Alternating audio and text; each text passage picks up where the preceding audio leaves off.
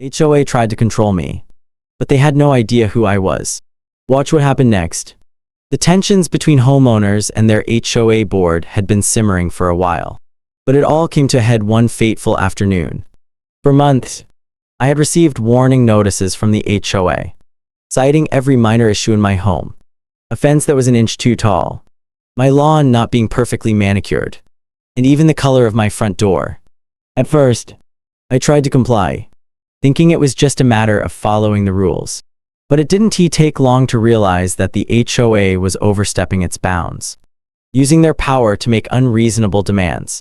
One afternoon, after receiving yet another letter demanding I trim my trees in a way that seemed completely arbitrary, I had enough.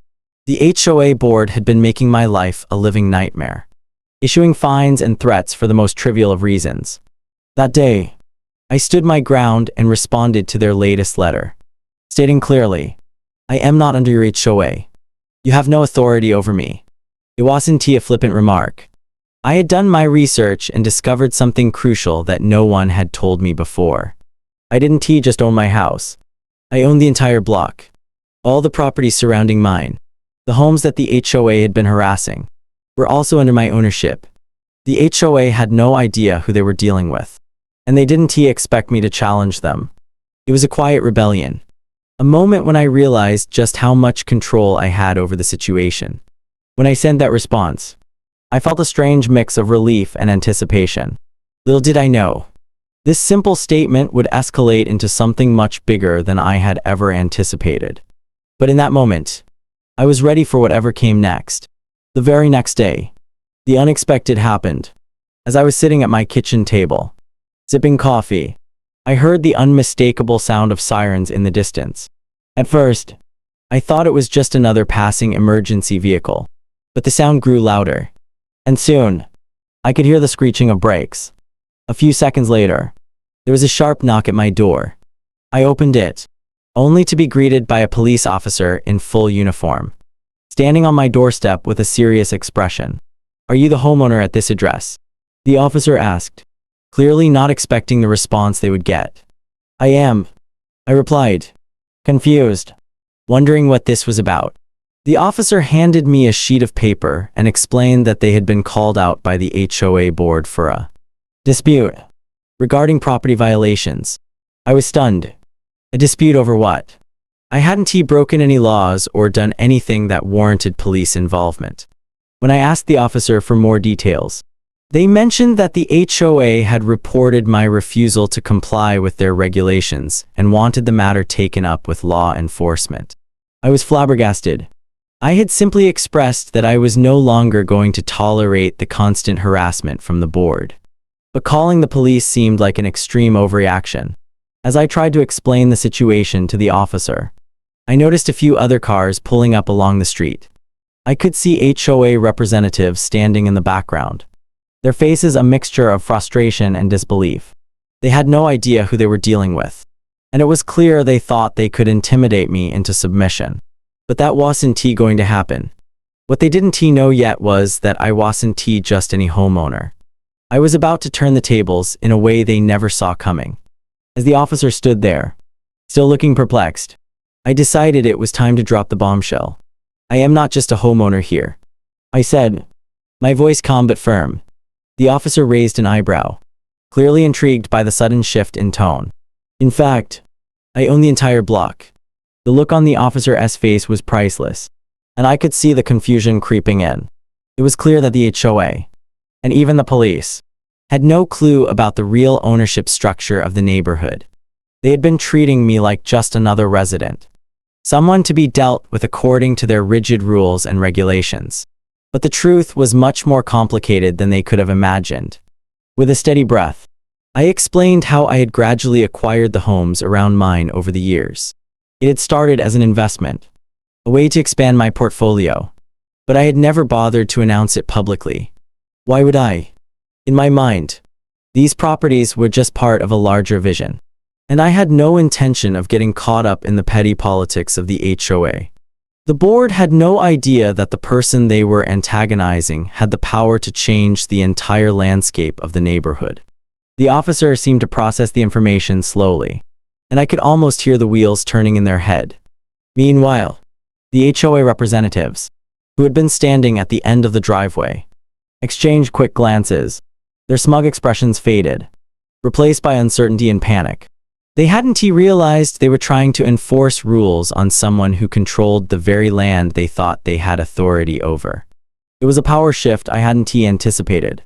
But in that moment, I realized just how much leverage I now had. And the real game was only just beginning. With the full weight of the situation settling in, I decided it was time to confront the HOA board. After all, they had crossed a line by calling the police over something so trivial, not knowing that their target was in control of everything they had been trying to regulate. I gathered my thoughts and, after a few minutes, walked toward the small crowd of HOA representatives who had been watching from the street. They stood there, their faces a mix of disbelief and frustration, as if they were trying to process how their entire approach to this conflict had been so utterly wrong. I addressed the group directly, stating firmly, "I think it's time we clear up some misunderstandings. You've been trying to enforce rules on me, assuming you have the power to do so. What you didn't realize is that I own this block. All of it." The expressions of shock on their faces were almost comical. One of the board members, an older woman with a stern demeanor, stepped forward, her voice trembling with a mix of anger and confusion. "What do you mean you own the entire block? That's impossible," she exclaimed. But I wasn't backing down. "It's true," I said, meeting her gaze. "And I've been trying to deal with this HOA the right way. But your constant interference is not acceptable. You have no right to be issuing fines or enforcing these rules on me, especially when I am the one who owns the land you're trying to control."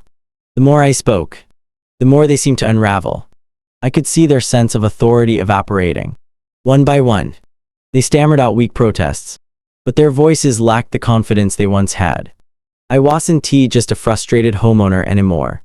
I was the one holding all the cards. It was clear now that the tables had turned. The power dynamics had completely shifted. And it was my time to take control of the situation. They were no longer in charge.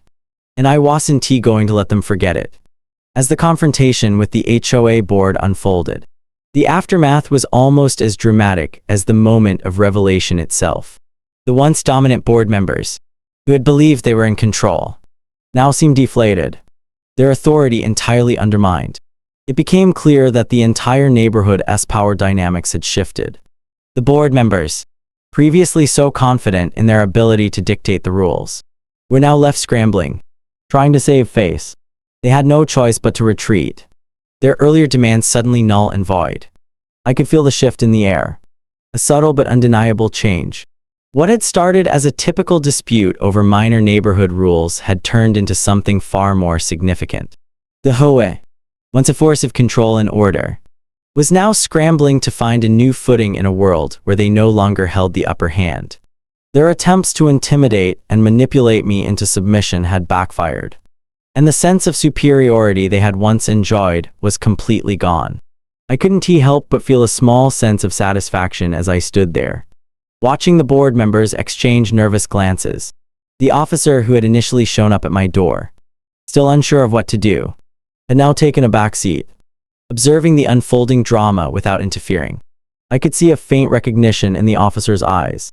This wasn't just about a simple property dispute anymore. This was about power, control, and the realization that the person they had been dealing with was no ordinary homeowner. For the HOA, it was a sobering lesson in humility. The very people they had thought to push around had become the ones in control. As the board members mumbled about reevaluating the situation, I knew this wasn't the last time they'd be hearing from me. In fact, it marked the beginning of a new chapter, one where I would dictate the terms. Not them. They had underestimated me. And now, I was in charge. If you enjoyed this story and want to see more shocking moments like this, don't forget to hit that subscribe button and turn on notifications.